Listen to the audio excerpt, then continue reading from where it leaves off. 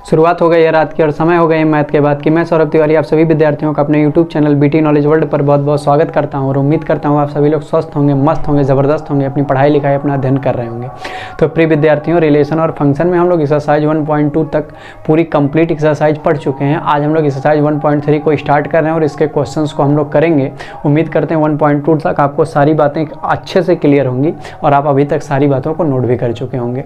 तो जो बच्चे आज चैनल पे पहली बार आए हैं या पहली बार विजिट कर रहे हैं वे लोग चैनल को सब्सक्राइब कर लें, नोटिफिकेशन बेल को ऑन कर लें और अपना हमारे टेलीग्राम ग्रुप से, जिसका लिंक डिस्क्रिप्शन में दिया गया, उससे जुड़ जाएं। और जो लोग अभी लाइव सेशन को देख रहे हैं सब लोग वीडियो को शेयर कर दें, जिससे हम लोग इस शानदार सेशन को स्टार्ट करें और हमारे सभी जो छोटे छोटे भाई बहन हैं सब लोग इस शानदार सेशन को अटेम्प्ट कर सकें, अच्छे से देख सकें। तो स्टार्ट कर दें आज की वीडियो को। आज का हमारा पहला क्वेश्चन है, कह रहा मान लीजिए कि f such that 134 to 125 तथा g such that 125 to 13 के ऊपर दो फलन क्या है परिभाषित किया गया है और हमें दोनों फंक्शन भी दे दिया है। फंक्शन f में ऑर्डर्ड पेयर 1 2 3 5 4 1 है तथा g में 1 3 2 3 और 5 1 है द्वारा प्रदत्त है। तो हमें g और f निकालना है, यानी हमें दोनों फंक्शंस का कंपोजिशन निकालना है। तो हम लोग कंपोजिशन को अच्छे से पढ़ भी चुके हैं, उसके ऊपर चर्चा भी कर चुके हैं। हम लोग यहाँ पे केवल इसको निकाल के यहाँ देख लेते हैं। सबसे पहले f सच दैट क्या दिया गया है 1 3 4 2 1 2 5 तथा g सच दैट क्या दिया गया है 1 2 5 2 1 3। सबसे पहले कंपोजिशन के लिए हम लोग क्या देखते हैं, पहले का कोडोमेन और दूसरे का डोमेन क्या होना चाहिए, समान होना चाहिए। हम लोग देख रहे हैं ये बात वेरीफाई हो रही है, इसका मतलब यहाँ पे कंपोजिशन एग्जिस्ट करता है। और f भी हमें दे दिया है 1 2 3 5 4 1। यहाँ से हमें तीन बातें निकल के आएंगी। 1 की f इमेज 2 है, 3 की f इमेज 5 है और 4 की f इमेज 1 है। यानी यहाँ से निष्कर्ष निकलता है f1 2 है, f3 5 है और f4 क्या है 1 है। और हमें g भी दिया गया है, g हमारे पास क्या है 1 3 2 3 5 1। यहाँ से हमें निष्कर्ष निकलता है 1 की g इमेज 3 है, 2 की g इमेज 3 और 5 की g इमेज 1 है। यानी g1 3 है, g2 3 है और g5 क्या है 1 है। तो इतनी वैल्यू हम लोग यहाँ से निष्कर्ष के द्वारा प्राप्त कर लिए। अब हमें GOF निकालना है। GOF का मतलब GOFX की वैल्यू हमें निकालनी है और हम लोग यहाँ से GOFX में डोमेन से कितनी वैल्यू रख सकते हैं, 3 वैल्यू रख सकते हैं। हम लोग यहाँ x के स्थान पे 1 रख सकते हैं, 3 रख सकते हैं और 4 रख सकते हैं। तो हम लोग 3 वैल्यू निकाल सकते हैं। हम लोग निकालते हैं बारी बारी से। सबसे पहले हम लोग g कंपोजिशन f1 निकालते हैं, तो इसको हम लोग लिख देंगे g ऑफ f ऑफ 1। अब हम लोग g ऑफ f1 की वैल्यू देख रहे हैं, हमारे पास क्या है 2 है, तो यहाँ 2 रख देंगे। अब हमारे पास g2 की वैल्यू क्या है 3 है।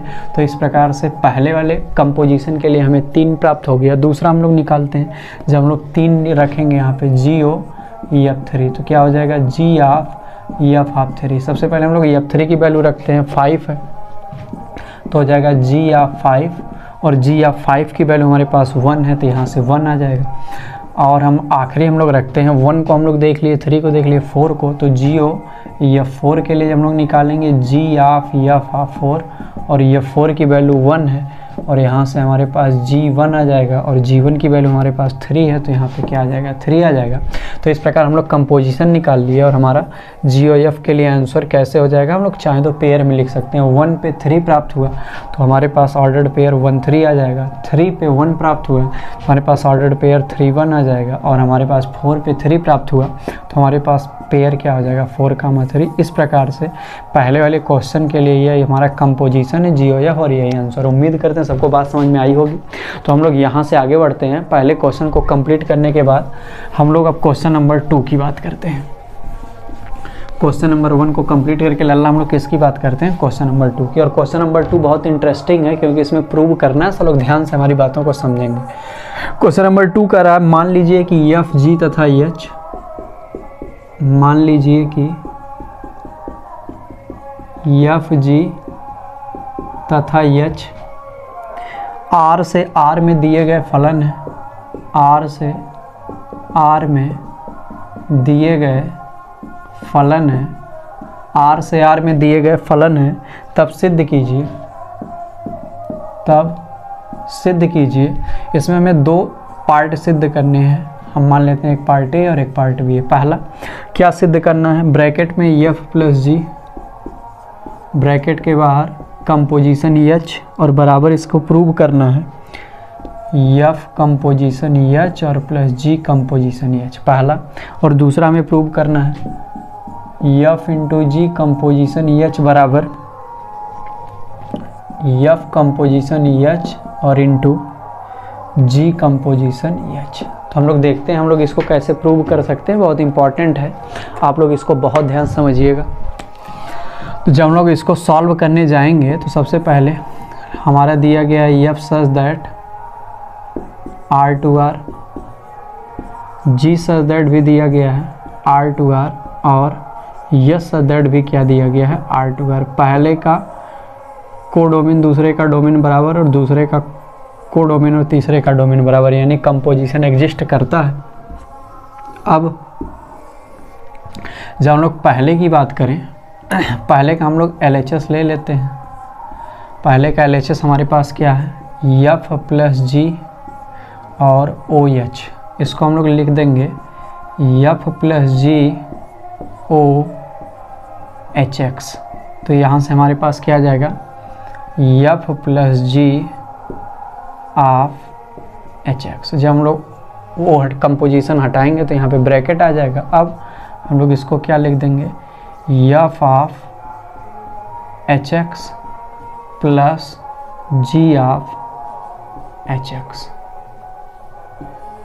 एफ ऑफ HX और प्लस जी ऑफ HX। यहाँ से हमारे पास क्या आ जाएगा इम्प्लाइज दैट, यहाँ से हमारे पास आ जाएगा एफ ओ HX और प्लस जी ओ HX। अब यहाँ से हमारे पास क्या आ जाएगा बराबर F O H plus G O H of X, F O H plus G O H of x.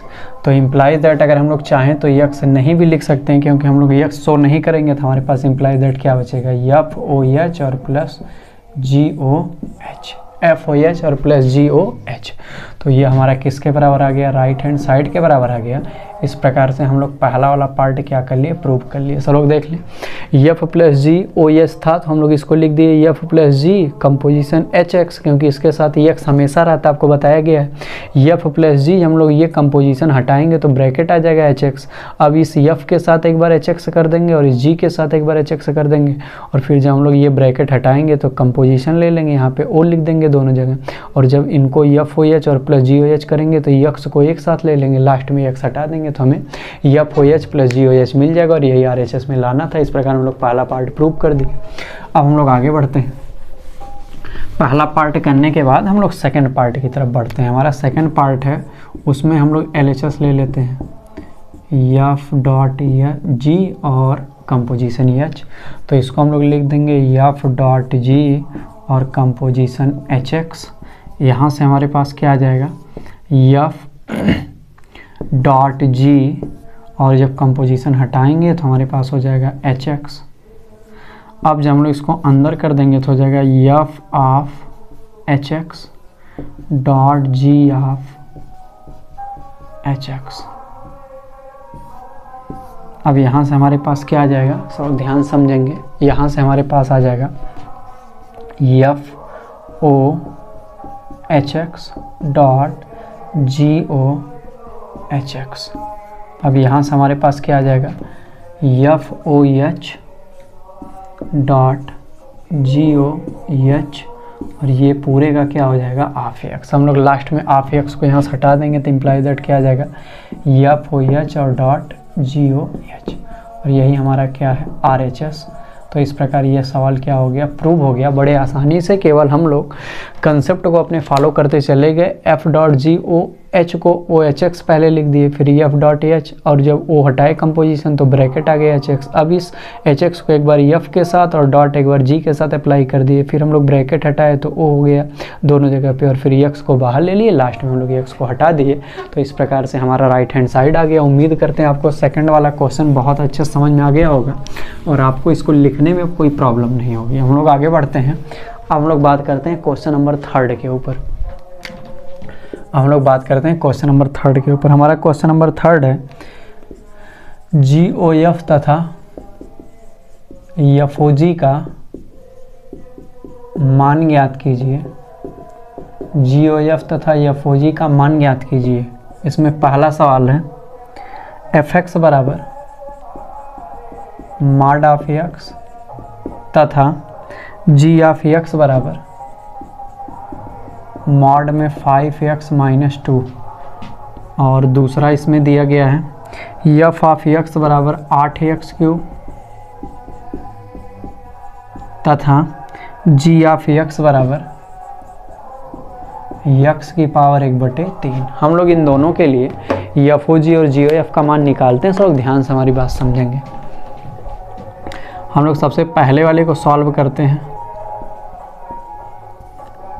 जब हमें ये ना पता हो कि ये कहाँ से कहाँ परिभाषित है तो हम लोग हमेशा R से R लेके चलते हैं। तो हम लोग मान लेते हैं F such that R to R तथा G such that R to R। तो यहाँ पे कोडोमेन और डोमेन बराबर हो गया। अब पहले वाले में fx बराबर क्या दिया है, mod ऑफ x, और तथा g ऑफ x बराबर भी क्या दिया है, mod के अंदर 5x माइनस 2। सबसे पहले हम लोग GOF निकालते हैं। GOF को हम लोग लिख देंगे GOFX, और जब वो हटाएंगे तो ये of f of x, f of x को जब हम लोग यहाँ सब्सिट्यूट करेंगे तो g of mod of x हो जाएगा। अब ये पूरा g के लिए काम कर रहा है, जहाँ पे x है वहाँ पे हम लोग mod ऑफ x लिख देंगे। तो पहला होल mod, फिर 5 x के जगह पे mod ऑफ x और -2 हो जाएगा। ये इस सवाल का क्या हो जाएगा, इसके लिए भी GOF का आंसर हो जाएगा। अब जब हम लोग FOG निकालेंगे तो हम लोग लिख देंगे FOGX, यानी f of g of x, यानी f ऑफ और gx के जगह पे mod 5x माइनस 2। अब ये पूरा किसके लिए काम कर रहा है, f के लिए। तो f में जहाँ x है वहाँ ये पूरी वैल्यू रख देंगे। तो mod पहले जो पूरा वाला है और फिर इस वैल्यू वाला mod, तो 5 mod में 5x माइनस 2, यहाँ पे डबल mod हो गया। हम लोग डबल mod, मैथ में double mod, triple mod, fourth mod का अस्तित्व तो नहीं होता है। हम लोग हमेशा उसको एक ही mod के रूप में लिखते हैं। तो इसीलिए यहाँ से इसका आंसर हो जाएगा केवल सिंगल mod में mod x minus 5x minus 2। तो इस प्रकार हम लोग पहले वाले के लिए दोनों निकाल लिए। अब हम लोग दूसरे वाले पे चर्चा करते हैं। दूसरे वाले में हमारा fx क्या दिया गया है, 8x क्यूब, और g ऑफ x कितना दिया गया है, x की पावर 1/3। अगर हम लोग इसके लिए GOF और FOG निकालें तो हम लोग बड़े आसानी से रख सकते हैं, केवल वैल्यू को सही से अरेंज कर देना है। तो हम लोग जब इसको रखेंगे पहले FOG के लिए, GOF के लिए, तो हमारा हो जाएगा GOFX, यानी G of F of x। तो G ऑफ FX हमारे पास है 8x क्यूब। अब ये G के लिए काम कर रहा है, तो जब इसमें रखेंगे तो हमारे पास हो जाएगा 8x क्यूब की पावर 1/3। अब 8 को हम लोग 2 का क्यूब लिख देंगे, ये x क्यूब है और पूरा 1/3 है। जब इसका घनमूल ले लेंगे 2x आ जाएगा। तो इस प्रकार ये हमारा GOF निकल गया।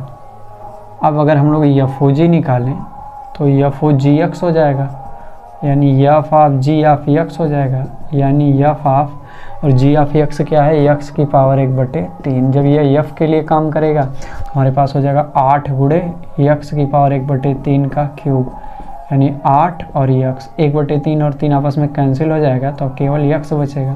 तो इस प्रकार हमारा आंसर क्या आ गया, 8x। तो पहले वाले में ये दोनों आंसर हो जाएंगे, दूसरे वाले में ये दोनों आंसर आ जाएंगे। उम्मीद करते हैं आपको ये वाला क्वेश्चन भी अच्छे समझ में आया होगा। क्वेश्चन नंबर 3 तक की बातें बिल्कुल आपको क्लियर हो गई होंगी। हम लोग आगे बढ़ते हैं। क्वेश्चन नंबर 3 के बाद हम लोग बात करते हैं क्वेश्चन नंबर 4 के ऊपर। क्वेश्चन नंबर 4 के ऊपर हमारा क्वेश्चन नंबर 4 है, यदि f ऑफ x बराबर, यदि f ऑफ x बराबर 4x प्लस 3 बटे 6x minus 4, x is not equal to 2/3, तो सिद्ध कीजिए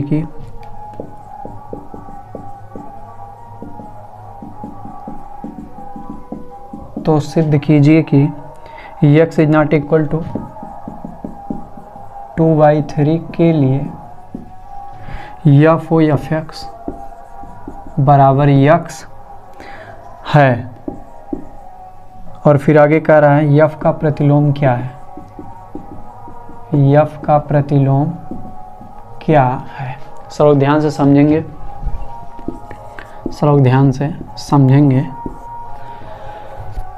सबसे पहले हमसे कह रहा है कि अगर एफ ऑफ एक्स बराबर ये फंक्शन दिया गया है जिसमें X is not equal to 2/3 है, क्योंकि 2/3 अगर हम लोग रख देंगे तो ये नॉट डिफाइन हो जाएगा। तो ये इसके डिफाइन होने की कंडीशन में एक्स का मान कभी भी 2/3 नहीं हो सकता, ये बात बताया। तो कह रहा है सिद्ध कीजिए कि X is not equal to 2/3 के लिए एफ कंपोजिशन एफ एक्स हमेशा एक्स आएगा। तो हम लोग देखते हैं, पहले इसको निकाल लेते हैं।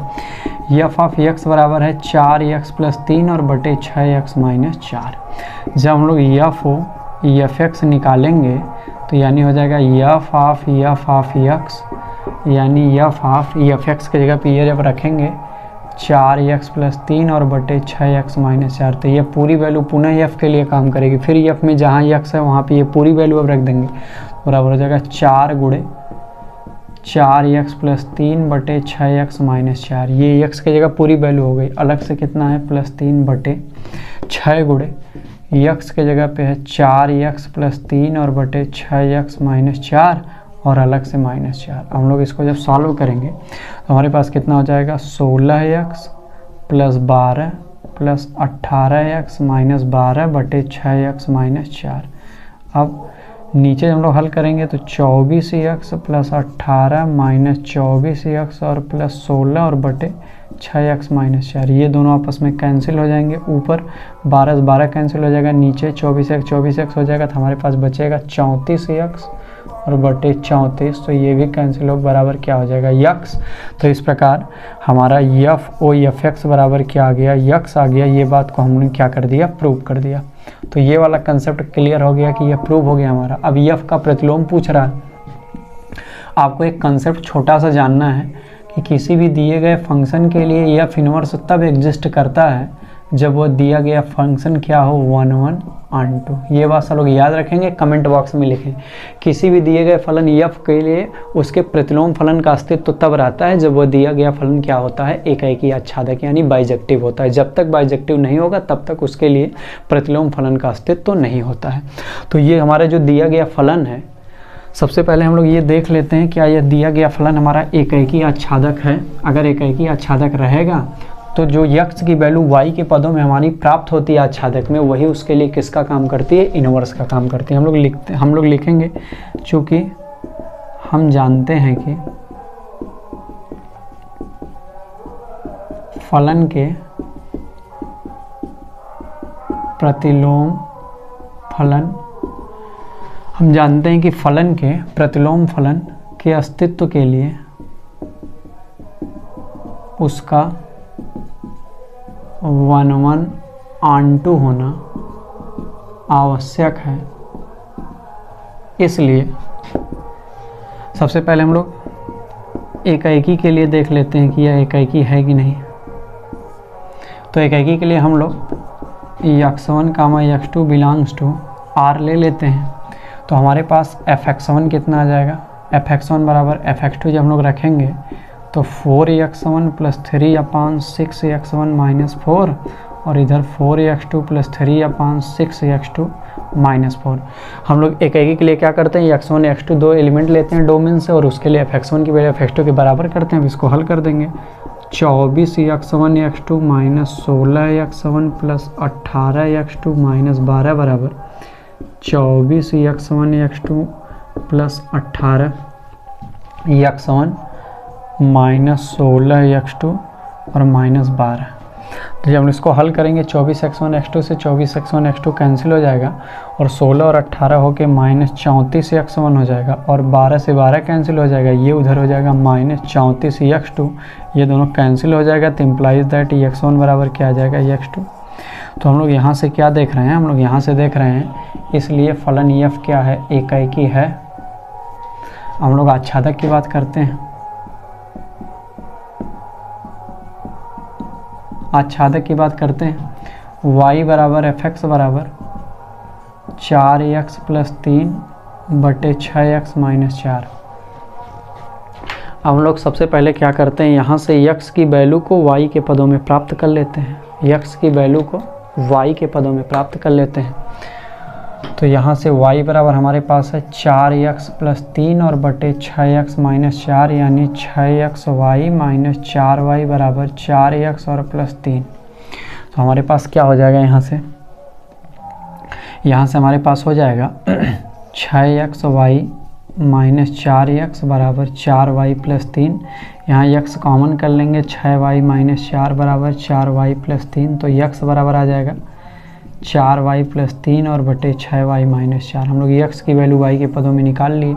हम लोग देख रहे हैं अगर यहाँ पे y का मान अगर हम लोग रियल से रखें 2/3 के, यहाँ पे किसके अलावा अगर हम लोग यहाँ पे रख देते हैं 3/2, तो हमारे पास क्या आ जाएगा 2/3। अगर हम लोग यहाँ पे 2/3 रख देते हैं, 3 दूनी 6, 3 दूनी 6 और 2 दूनी 4, 3 दूनी 6, तो हमारे पास आ जाएगा क्या 2y माइनस 4। तो यहाँ पे हम लोग केवल क्या नहीं रख सकते हैं, 2/3 नहीं रख सकते। अगर हम लोग y की जगह पे 2/3 रख देंगे तो यहाँ 3 दूनी 6 और 2 दूनी 4, यहाँ पे क्या हो जाएगा अमान्य हो जाएगा, यानी अनडिफाइंड हो जाएगा। तो हम लोग केवल 2/3 यहाँ नहीं रख सकते इसके अलावा, क्योंकि वह कंडीशन भी दिया है। तो हम लोग लिख देंगे y belongs to r minus 2/3 पर x belongs to r minus 2/3 प्राप्त होता है। ये पहले से दिया, इसको नहीं शामिल करना है, लिख देंगे। इसलिए फलन f क्या है, आच्छादक है। फलन क्या है, आच्छादक है। और जब फलन एक ही आच्छादक हो जाता है तो इसके इनवर्स की संकल्पना हो जाती है। और यही जो x की वैल्यू y के पदों में प्राप्त हुई, इसी को हम लोग x बराबर g ऑफ y भी लिख सकते हैं। और यही जो x बराबर g ऑफ y आया, उसी को हम लोग किसके बराबर कहते हैं, f इनवर्स के बराबर कहते हैं। तो इस सवाल के लिए हमारा इनवर्स क्या हो जाएगा, 4y प्लस 3 अपान 6y माइनस 4, 6y माइनस 4। तो इस प्रकार से यह हमारा इस सवाल के लिए क्या हो जाएगा, इनवर्स का आंसर हो जाएगा। और हम आपको एक छोटा सा कंसेप्ट और इसी में सिखा दे रहे हैं। सब हमारी बातें ध्यान से समझेंगे, हमारी बात सब लोग ध्यान से समझें। इसके लिए हम आपको एक छोटी सी बात और भी समझा दे रहे हैं इनवर्स के लिए।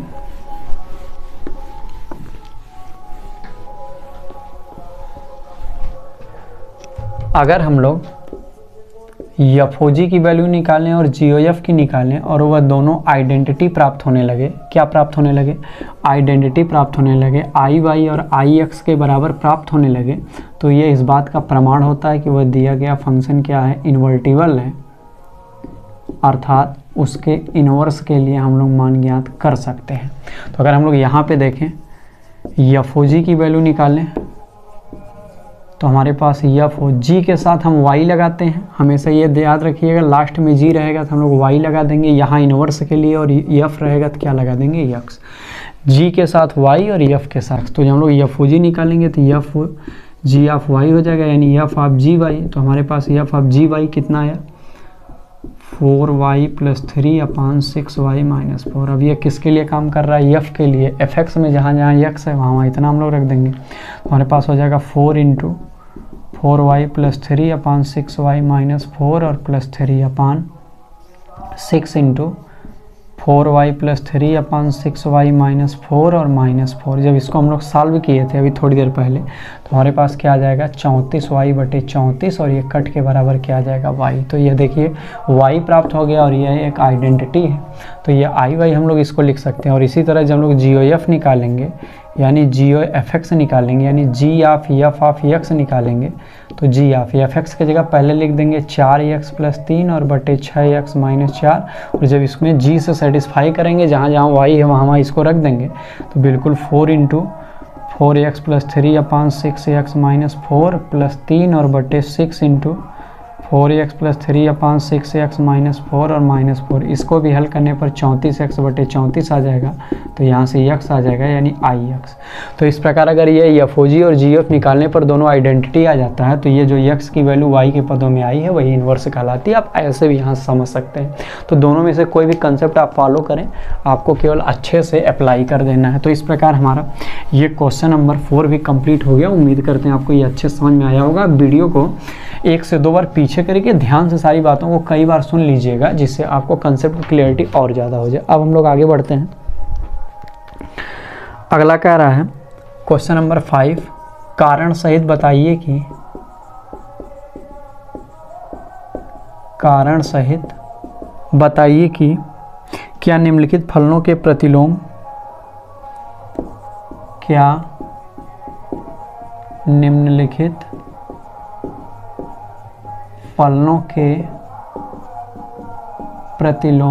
हैं। कारण सहित बताइए कि क्या निम्नलिखित फलनों के प्रतिलोम हैं। हमें 3 टोटल दिया गया। पहला दिया गया है एफ सच दैट 1 2 3 4 1 2 3 4 2 10, और जहां दिया गया जहां एफ बराबर 1 10 2 10 3 10 4 10 1 10 2 10 3 10 4 10। दूसरा हमारा दिया गया है जी सच दैट 5 6 7 8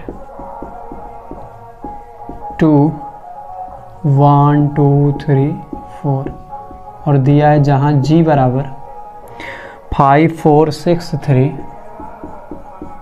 5 4 6 3 7 4 8 2, और तीसरा दिया गया है एच सच दैट 2 3 4 5 2 3 4 5 2 7 9 11 13, जहाँ एच बराबर 2 7 3 9 2 7 3 9 4 11 5 13। तो हमें इसके लिए चेक करना है कि ये जो दिया गया फलन है वह प्रतिलोम रखता है कि नहीं, या इसके प्रतिलोम का अस्तित्व है कि नहीं। तो हम लोग सॉल्व करते हैं इसको। अगर हम लोग पहले के लिए बात करें एफ सच दैट 1 2 3 4 2 10 के लिए बात करें, जहाँ पे एफ बराबर दिया गया है 1 10 2 10 3 10 और 4 10। अगर हम लोग इसके लिए एरो डायग्राम बना दें तो हमारी बात तुरंत क्लियर हो जाएगी। यहाँ पे हमारे पास डोमेन में क्या क्या है 1 2 3 4, और यहाँ को डोमेन में क्या है 10 है। हम लोग देख रहे हैं 1 की इमेज 10 है, 2 की भी 10 है, 3 की भी 10 है और 4 की भी 10 है। तो इस प्रकार हम लोग देख रहे हैं कि जो हमारा डोमेन और को डोमेन दिया गया है इसके हिसाब से यह दिया गया फंक्शन 1 1 नहीं है। और हम आपको बताए थे इनवर्स होने के लिए 1 1 ऑन टू दोनों होना अनिवार्य है, तो 1 1 नहीं है, इसलिए एफ इनवर्स का अस्तित्व नहीं है। एफ इनवर्स का अस्तित्व नहीं है। पहले वाले के लिए एफ इनवर्स का अस्तित्व नहीं है। हम लोग दूसरे की बात करते हैं जी सच दैट 5 6 7 8 2 1 2 3 4, और जी बराबर क्या दिया गया है 5 4 6 3 7 4 8 2। हम लोग इसके लिए एरो डायग्राम बना देते हैं। 5 6 7 8 यहाँ है, और यहाँ है 1 2 3 4। हम लोग देखते हैं यहाँ 5 का 4 के साथ, 6 का 3 के साथ, 7 का 4 के साथ और 8 का 2 के साथ। हम लोग यहाँ पे भी देख रहे हैं 2 अवयवों की एक इमेज है, तो ये भी 1 1 नहीं है। अब ये भी 1 1 नहीं अगर, तो इसीलिए इसके लिए भी एफ इनवर्स का अस्तित्व नहीं है। तो न पहले का है न दूसरे का है। हम लोग लास्ट देखते हैं तीसरा एच सच दैट 2 3 4 5 2 7 9 11 13, और जी एच बराबर यहाँ क्या दिया है एच बराबर दिया है 2 7 3 9 4 11 और 5 13। हम लोग इसके लिए देखते हैं इसके लिए क्या हो सकता है। सबसे पहले हम लोग इसकी क्या बना देते हैं, सबसे पहले इसकी हम लोग मैपिंग बना देते हैं। देखते हैं इसकी मैपिंग क्या बनती है। हम लोग तीसरे के लिए मैपिंग बनाएंगे। ये हमारा डोमेन है, ये हमारा को डोमेन है। तो यहाँ पे हमारे पास 2 3 4 5 2 3 4 5, और यहाँ पे है 7 9 11 13 7 9 11 13, और यहाँ हम लोग देख रहे हैं 2 7 से कर रहा है, 3 9 से कर रहा है, 4 11 से कर रहा है और 5 13 से कर रहा है। तो हम लोग देख रहे हैं एक अवयव के साथ यहाँ पे मैपिंग है, इसलिए दिया गया फंक्शन 1 1 है और कोडोमेन का कोई अवयव छूट भी नहीं रहा है, आंटू है। अगर 1 1 आंटू दोनों यानी बाइजेक्टिव है तो इसके लिए इन्वर्स का अस्तित्व है, इसके लिए इन्वर्स का अस्तित्व। अगर कोई पूछेगा इसका इन्वर्स क्या होगा तो आप इसके लिए दे सकते हैं एच का इन्वर्स क्या हो जाएगा, एच इन्वर्स बराबर हम लोग ऑर्डर्ड पेयर के क्रम को बदल देंगे तो क्या हो जाएगा 7, 2, 9, 3, 11, 4 और 13, 5।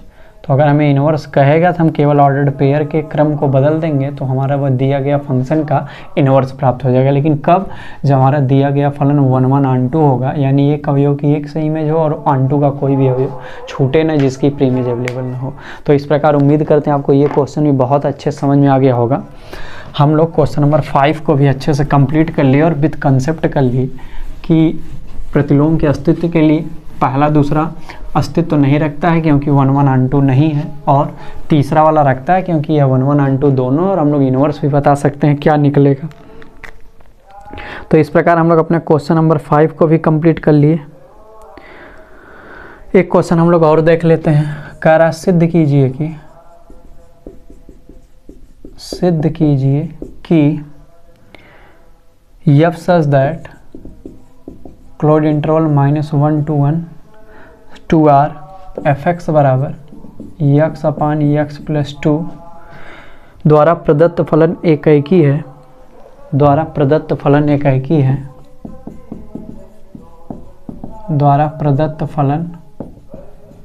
एकाएकी है तथा इसका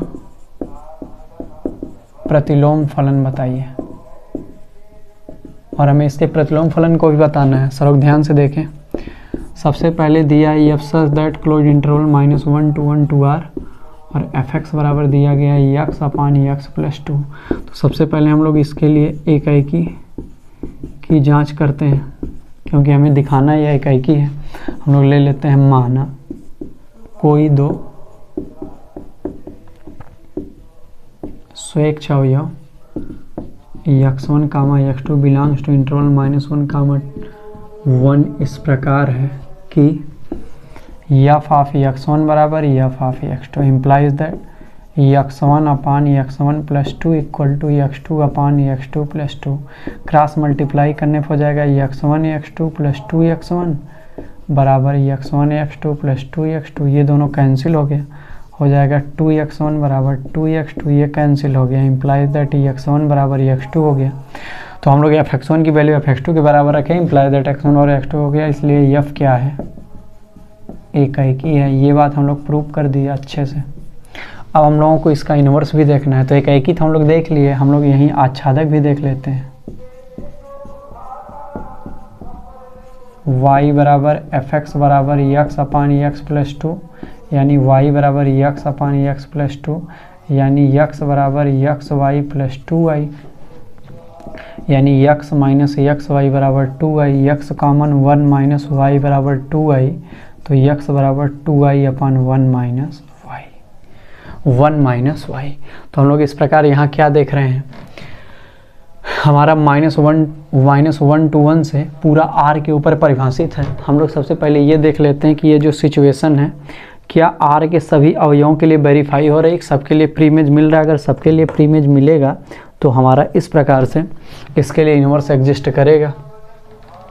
तो हम लोग यहाँ देख रहे हैं कि x बराबर हमारे पास जो निकल के आया उसको हम लोग g ऑफ y लिख दे रहे हैं, और यही g ऑफ y आगे चल के f इन्वर्स कहलाएगा। लेकिन कब, जब हम लोग f o g का मान निकालें, यह भी आइडेंटिटी आए अर्थात y आए, और g o f का मान निकालें, यह भी आइडेंटिटी आए अर्थात x आए। हम लोग दोनों देखते हैं। सबसे पहले हम लोग g o f को चेक करते हैं, यानी g o f x, यानी g of f of x। F x की वैल्यू हम लोग क्या रखेंगे, x अपान x प्लस 2। ये g के लिए काम कर रहा है, हम लोग g में इसको रख देते हैं। तो हमारे पास है 2 इंटू वाई के जगह पे x अपान x प्लस 2 और अपान 1 माइनस x अपान x प्लस 2। तो इसको हम लोग सॉल्व करते हैं। 2x अपान एक्स प्लस 2 और अपान यहाँ हो जाएगा x प्लस 2 माइनस एक्स अपान एक्स प्लस 2। ये x प्लस 2 से x प्लस 2 कैंसिल हो जाएगा, यहाँ x से x हो जाएगा बराबर 2x अपान 2, तो बराबर आ गया x बराबर आइडेंटिटी। ये पहला वाला तो ठीक है। अब हम लोग निकाल लेते हैं एफ ओ जी, यानी एफ ओ जी वाई, यानी F of G of Y. हम लोग पहले F of G of Y रखते हैं 2y अपान 1 माइनस वाई। अब ये एफ के लिए काम कर रहा है, जहाँ पे एफ में एक्स है वहाँ इतनी वैल्यू रख देंगे, तो 2y अपान 1 माइनस वाई और अपान 2y अपान 1 माइनस वाई और प्लस 2, तो यानी हो जाएगा 2y अपान 1 माइनस वाई अपान 2y प्लस 2 माइनस 2y और अपान 1 माइनस वाई। 1 माइनस वाई से 1 माइनस वाई कैंसिल हो जाएगा, 2y से 2y कैंसिल हो जाएगा बराबर 2y अपान 2y। 2 से 2 कैंसिल हो जाएगा, y आया यानी आई वाई। तो इस प्रकार हम लोग देख रहे हैं कि हम लोग एफ ओ जी निकाले वो भी आइडेंटिटी आ गया, और जी ओ एफ निकाले वो भी आइडेंटिटी आ गया। तो इसका मतलब ये जो x की वैल्यू आई है y के पदों में, यही हमारी जी ऑफ y अर्थात एफ इनवर्स है।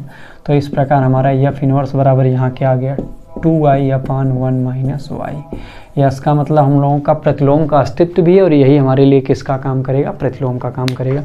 तो इस प्रकार उम्मीद करते हैं आपको क्वेश्चन नंबर 6 तक की हर बातें समझ में आई होंगी। आप इस बात को बार बार दोहराइएगा, अगर कोई भी दिक्कत होगी कमेंट बॉक्स में बताइएगा, टेलीग्राम ग्रुप पे भेज दीजिएगा। तो इतनी इंपॉर्टेंट बातें, एक्सरसाइज बहुत ज़्यादा इंपॉर्टेंट। हम लोग जब एक्सरसाइज को कंप्लीट कर लेंगे तो हम लोग एक बहुत इंपॉर्टेंट लेक्चर लेंगे, उस लेक्चर में हम लोग बहुत सारी नई बातें सीखेंगे जो इस चैप्टर के लिए मोस्ट इंपॉर्टेंट। तो यहाँ तक की बातों को अच्छे से कॉपी में नोट कर लीजिएगा, एक एक प्रश्न को विथ स्टेप अच्छे से लिख डालिएगा। तो हम लोग मिलते हैं नेक्स्ट वीडियो में इसी के आगे के प्रश्नों के साथ। तब तक के लिए आप लोगों का बहुत बहुत धन्यवाद।